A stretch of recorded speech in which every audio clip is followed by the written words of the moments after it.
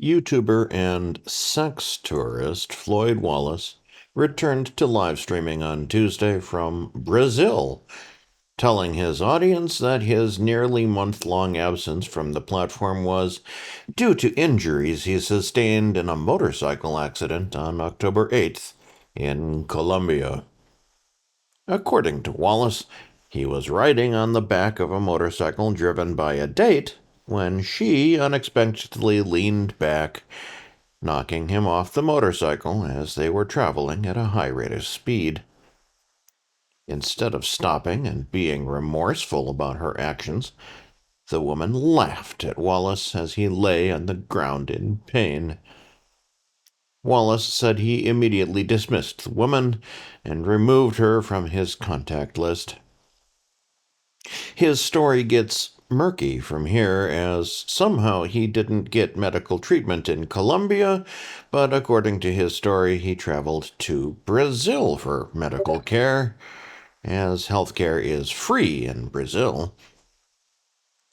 Wallace said that he was treated in Brazil and that he was suffering from a fractured left rib. It's unclear if he had a single broken rib or if all the ribs on his left side were fractured, as Wallace indicated multiple things about the injury, all inconsistent. To his audience's surprise, Wallace did not fundraise off the injury. It is notable, as Tuesday was YouTube's monthly payday for creators, so Wallace should have been flush with cash from his multiple YouTube channels. Instead of fundraising, he took time to remind everyone that healthcare was free in Brazil and that he'd be okay financially with treatment from the injury.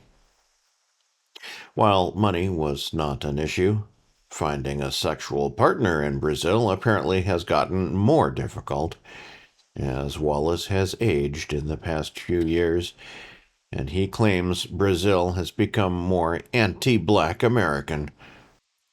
Wallace did not dive heavily into racism for the cause of his inability to score with new women. He did say the country has changed. He longed for the time when he could find relatively easy sexual conquests in the country, though admitted that pay for play was always an option. The YouTuber said he was waiting on a friend to come over and that he was talking to her in order to be on camera and to serve as his human translator as he attempted to cold approach women in the country.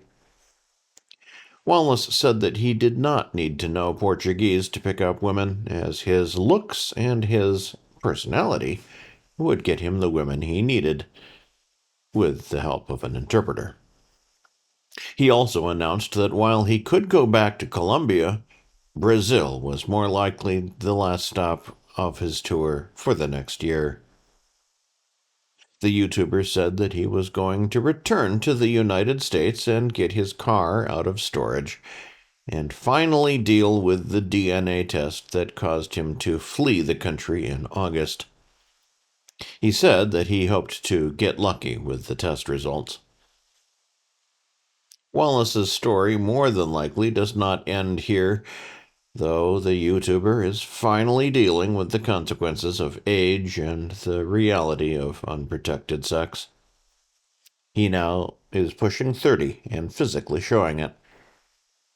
He tends to only shower or change clothes when his audience gets tired of looking at him in the same outfit for a week at a time, and the women he targets, knowingly or unknowingly, are fairly young service workers.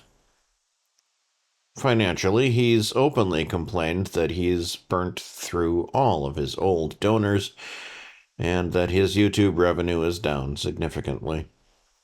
He received few, if any, super chats during Tuesday's live stream from those who would pay to insult him or have him answer questions. Wallace may be facing some hard life choices in the future, as the economy turns sour and the support he used to get from his YouTube channel changes. The YouTuber promised that he would live stream again Tuesday night, but did not follow through. on the promise.